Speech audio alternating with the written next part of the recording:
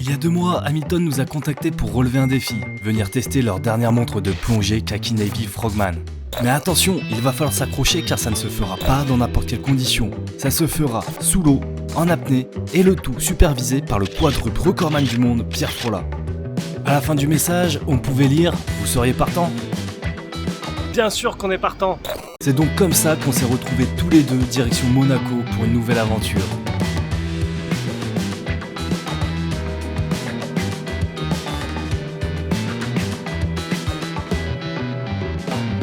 Mais avant de vraiment vous parler de notre expérience sous l'eau et de la montre, je vous laisse un peu mieux faire connaissance avec Pierre parce que même si c'est le gigaboss dans son domaine, ça reste une profession assez nichée, pas forcément connue par tout le monde.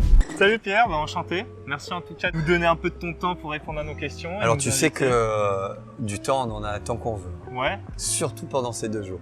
En tout cas, je vois que tu as la plus belle des montres. J'allais dire tu as la plus belle des montres. Elle est très belle, vous l'aimez? Elle est classe. Hein. Je trouve que tu as du goût quand même. Et tu verras dans l'eau, elle est encore plus belle. Elle est encore plus belle. Bah justement, on va parler un peu de montres. On est là pour ça. Comment t'es arrivé toi par rapport à la montre? Est-ce que tu étais d'abord passionné d'horlogerie et ensuite avec la plongée, tu t'es perfectionné dans ce domaine? Ou c'est plutôt la plongée qui t'a amené sur l'horlogerie? Alors en réalité, je suis d'abord un passionné du monde de l'océan. Je suis un passionné du sport en général.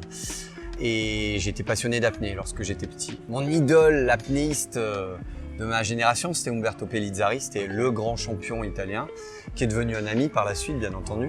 Et lui, il était sponsorisé par Sector. Donc c'est vrai que dans le monde de la plongée en apnée, tu avais l'apnée et Sector, parce que lui, c'était quand même le grand apnéiste. Et donc, il y a toujours eu un lien dans mon état d'esprit entre le monde de l'horlogerie et la plongée en apnée. Et au fur et à mesure du temps qui est passé, et des années qui sont passées, j'ai eu la chance en 2006 notamment de rencontrer la maison Hamilton, de devenir leur ambassadeur, de comprendre ce qu'était l'horlogerie finalement. Parce qu'au début, je sais pas que ça m'intéressait pas, mais je voulais connaître l'heure et puis c'est tout. Et au fur et à mesure du temps, j'ai vraiment pris conscience de la beauté de ce bijou parce que c'est vraiment un bijou. Je dirais même que c'est un élément luxueux maintenant. Parce que le vrai luxe, c'est le temps finalement. Et c'est vrai qu'au fur et à mesure du temps qui est passé, au fur et à mesure de l'expérience que j'ai pu découvrir au travers de toutes ces années, puisque depuis 2006, on est en 2022, mais surtout la confiance que m'a témoigné Hamilton, puisque finalement, je suis un ambassadeur que l'on sollicite, à qui on demande des idées. Je suis un peu crash test aussi. On me demande finalement de remplir des cahiers des charges, d'essayer de voir ce qui va pas, ce qui pourrait aller, ce qui pourrait plaire, ce qui plairait moins. Donc finalement, je prends partie à cet univers et je pense que comme un cuisinier qui goûte sa nourriture au quotidien, eh bien, t'en es que meilleur, tout simplement. Okay. Justement, ça allait être ma seconde question, vu que tu me disais en off. Est-ce que tu as déjà mangé une montre? Non. Non, vu que tu me disais en off que tu étais dans le process de création, etc. Tout ça, on en a parlé. Et tu l'as très bien expliqué, mais justement, est-ce que tu n'as pas de plus en plus ce côté un peu, tu dis un peu créateur? On a vu ton wingsuit, on a vu que pour ton mariage, alors pour ceux qui ne savent pas, on mettra les photos, il y a des super photos du mariage de Pierre avec sa chérie, avec le petit costume qu'il a fait sur mesure.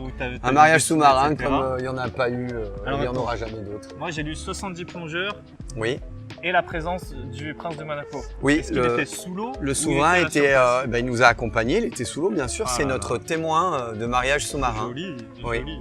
Et du coup, je t'allais dire, justement, avec tout ce processus de création, que ce soit le wingsuit, que ce soit la combinaison pour le mariage, etc., est-ce que tu ne deviens pas de plus en plus un peu créatif, au-delà du côté un peu sport, vraiment athlète? Il n'y a pas ce côté justement création qui est intéressant et qui se développe en toi? Ce qui est certain, c'est que je suis de plus en plus intéressé par la créativité, ça c'est une chose.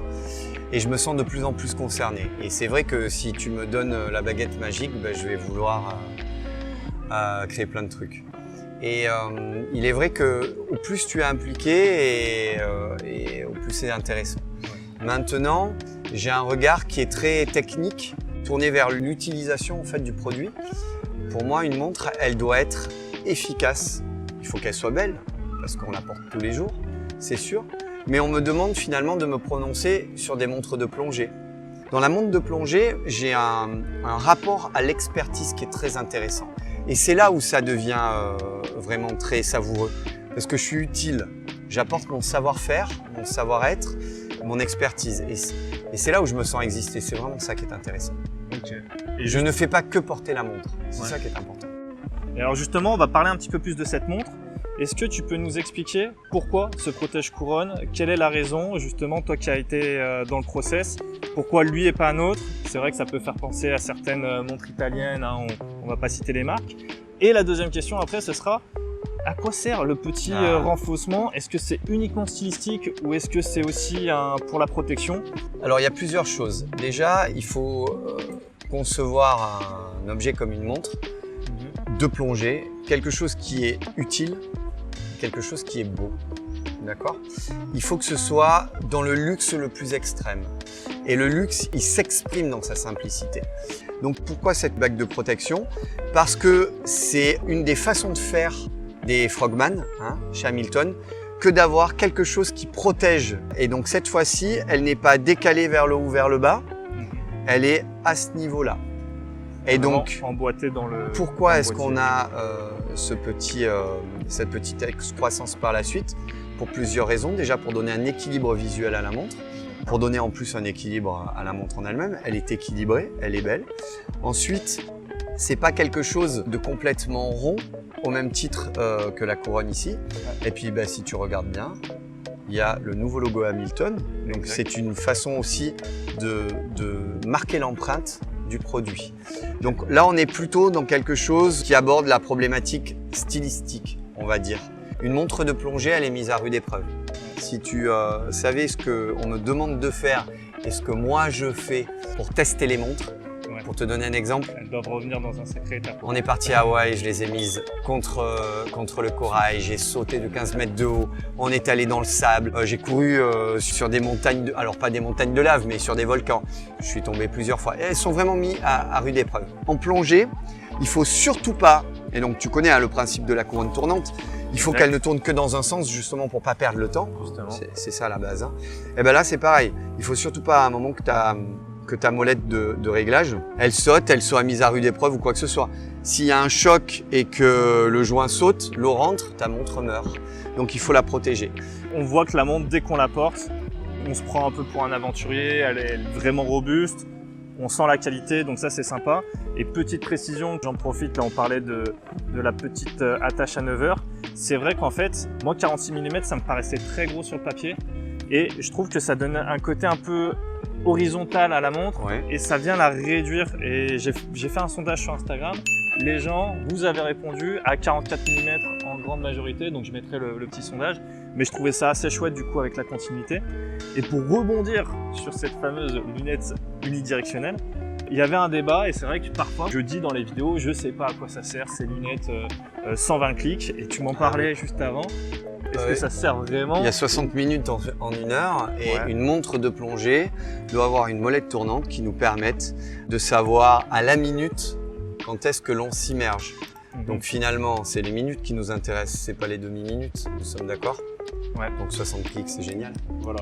Qu'est-ce que t'en penses toi? Moi je pense que c'est génial et comme ça au moins on a le professionnel, on a résolu la question une fois pour toutes. Et justement là du coup on parle du temps de plongée. Du coup toi tu es quadruple recordman du monde. À chaque fois tu as même battu tes propres records, mais tu sais aussi, j'ai vu que tu faisais d'ailleurs du judo avant, que tu as eu une blessure, c'est pour ça aussi que ça t'a amené sur la plongée. Et les et toi tu connais très très bien tes fiches. J'ai révisé un petit peu dans le train.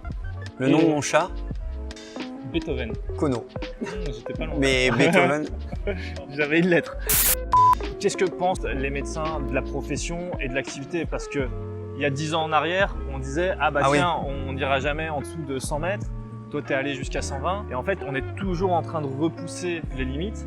Et il n'y a pas un moment où on va stopper et on se dire c'est too much, c'est trop risqué. Je pense qu'il y a vraiment une transition. Dans les années 50-60, on disait l'homme ne peut pas aller au-delà de 35 mètres. Ouais. Parce qu'il est vrai que d'après les lois physiques et physiologiques, c'était pas possible. Finalement, oui. Ils se sont dit, 35 d'accord, mais 50 c'est impossible. Bam, 50 c'est réglé. Okay. 10 ans plus tard, ils se sont dit, ouais, mais on pourra pas aller au-delà de 100 mètres. Et puis finalement, on est allé au-delà de 100 mètres. Jacques Mayol, 105 mètres, 52 ans, bla. Maintenant, les médecins, finalement, maintenant, depuis presque 20 ans, 25 ans, ils accompagnent les apnéistes, ils accompagnent les plongeurs.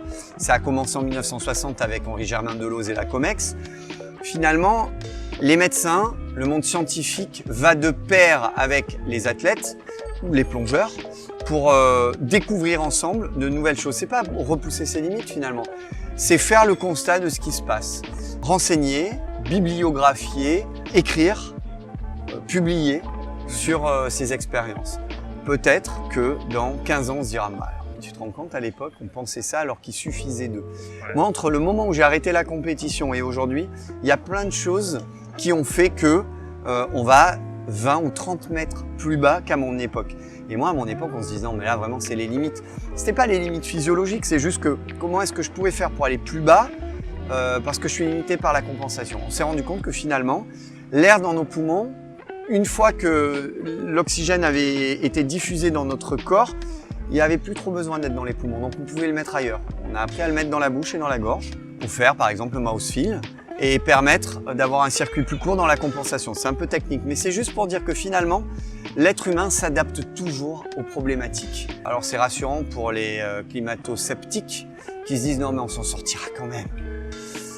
Ouais, enfin, il faudrait peut-être quand même à un moment ralentir la surconsommation. Néanmoins, dans le sport de haut niveau, on arrive toujours à trouver une solution pour adapter et réussir à atteindre un objectif qu'on s'est fixé. Dernière question pour finir, quel est ton meilleur souvenir de plongée? Si on met ton mariage entre parenthèses parce qu'on en a déjà parlé, c'est plus pour avoir une anecdote supplémentaire.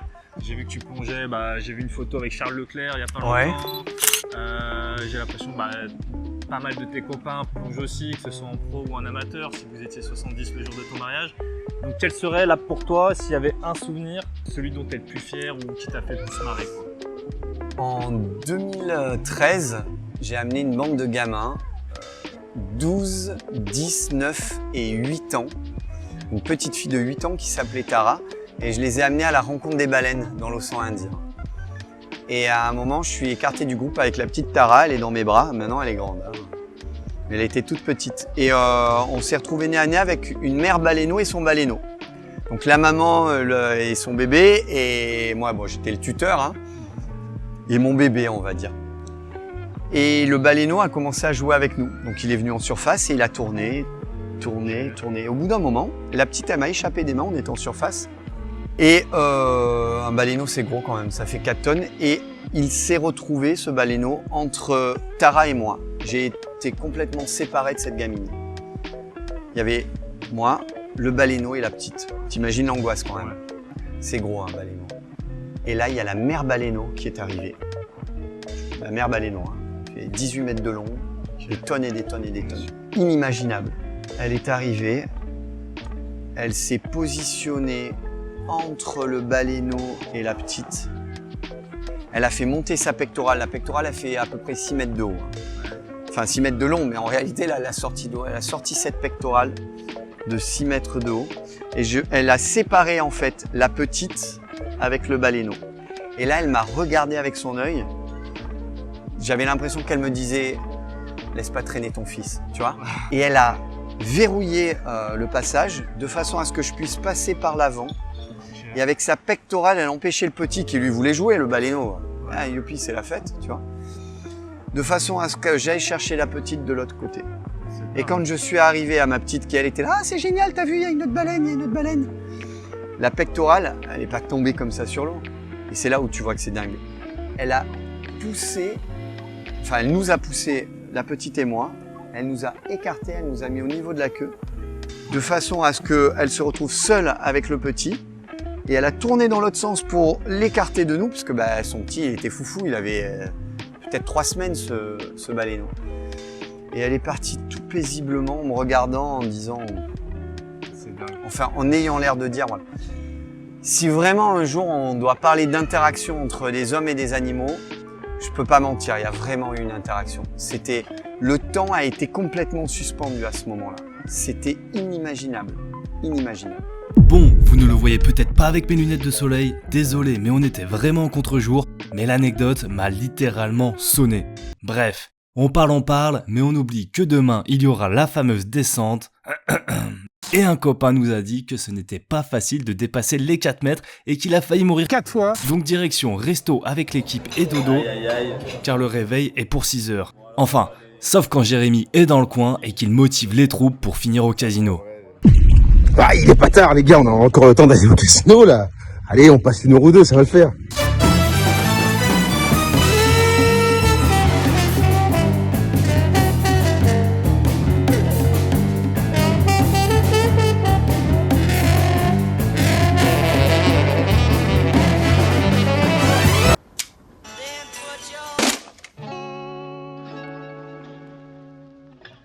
Ça y est, c'est le jour J et on se rend à l'école de Pierre pour un Sun Salutation et quelques explications avant de monter à bord.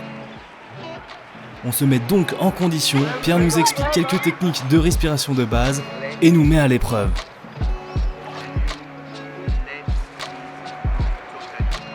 Première apnée statique, Jérémy fait 32 secondes et moi 1 minute 17.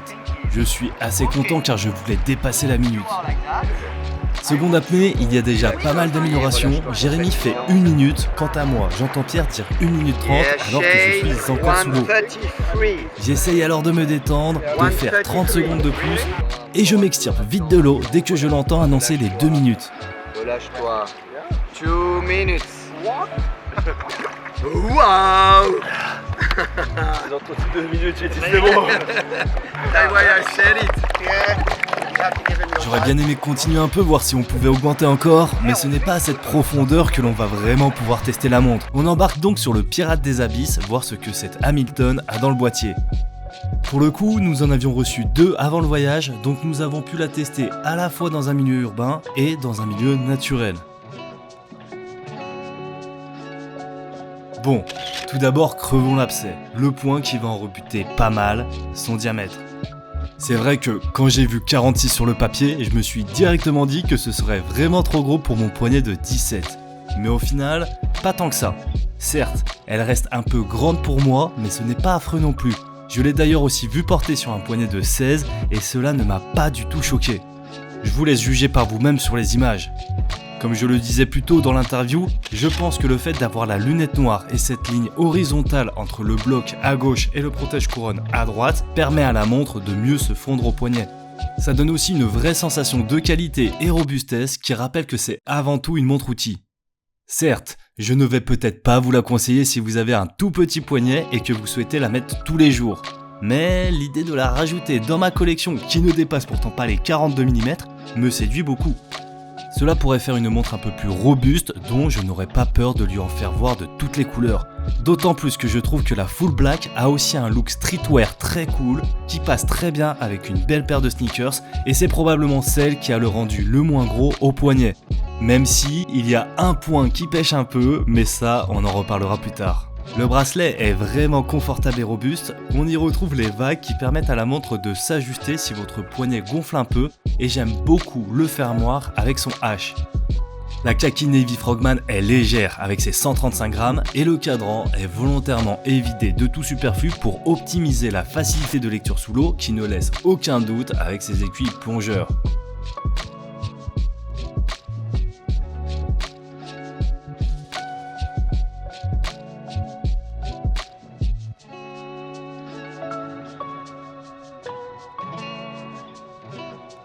On retrouve uniquement les mentions automatiques 300 mètres, 1000 feet et Swiss Made à 18h avec le logo Hamilton à midi. Le réo est aussi très sympa avec son côté miroir qui donne de beaux reflets. 13,6 pour 300, c'est vraiment un bon rapport épaisseur-étanchéité. Pour le reste, c'est du classique. Graduation minute avec un index appliqué toutes les 5 minutes sauf le midi qui est en chiffres avec un effet de découpe sur le 2 que j'apprécie beaucoup. Couronne vissée et lunettes unidirectionnelles avec graduation minute sur le premier quart d'heure. Je n'ai d'ailleurs eu aucun mal à venir la manipuler, que ce soit sur terre ou dans l'eau. Le fond est gravé avec un plongeur, je ne sais pas si c'est Pierre, mais en tout cas c'est comme ça que je l'ai surnommé. Le verre est en saphir, ce qui limitera les rayures, et le calibre H10 avec ses 80 heures de réserve de marche vous permet de laisser votre montre de côté le vendredi soir sans avoir besoin de la remettre à l'heure le lundi matin. Les montres sont vraiment chouettes et Hamilton propose une fois de plus un excellent rapport qualité-prix. On a pu tester la version noire, lunettes noires et bracelet kaki, ainsi que la Full Black qui est ma préférée pour les raisons que j'ai citées plus tôt.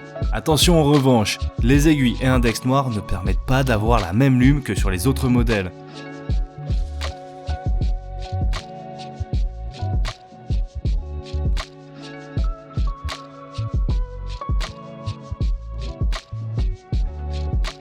Jérémy, quant à lui, a préféré celle au bracelet kaki et Pierre porte la full black sur terre, mais opte pour la version au bracelet noir sous l'eau, car sur les versions avec les aiguilles et index blanc, la lume est vraiment resplendissante. Et vous, quel est votre préféré? Sachant qu'il en existe une 4e en gris bracelet métal, mais nous ne l'avons pas croisé. En tout cas, merci à Cliona et Laetitia d'Hamilton pour l'invitation et l'organisation, merci à Greg Lecoeur pour les images, merci à l'homme grenouille Pierre Frola et son staff pour l'initiation, et bien sûr, merci à vous, les boss, qui restent jusqu'à la fin. Pour vous remercier, on vous laisse sur un mini behind the scene. Allez, je vous dis à la prochaine, les calibrés. Non, je m'attendais à ce qu'ils disent toi-même, tu vois. D'accord. C'est intéressant ce que je te dis. C'est juste que je me dis qu'on n'a pas eu de dessert, on a pas eu de café. Ah. Le mec, il me raconte sa vie, je lui baille à la gueule. Sympa. Ah, C'est le mec, il a tout donné avec les étrangers, alors les Français, Mais il est bad. Et là, il met les 3 côte à côte, tu vois. En plus, t'as vu, je la porte à droite, ma montre. Hein. Ouais. T'as gaucher? Elle est super agréable, pas du tout. Ah, Elle est cool dingue. l'anecdote. Hein. Et elle est vraiment, vraiment dingue. Ah, hein. ouais. Mais je me suis senti, mais la maman, elle m'a regardé, elle, genre, mec, qu'est-ce que Ouais. tu fais, quoi? Laisse pas traîner ton fils. C'est- Et le père, quand j'ai raconté ça au père, il m'a dit, mais ne dis pas ça à ma femme. Tu Ouais. parles, je l'ai dit en interview, je l'ai dit à la télé. L'autre, elle se Parce que ta race, c'est son décomposait, vrai quoi. nom.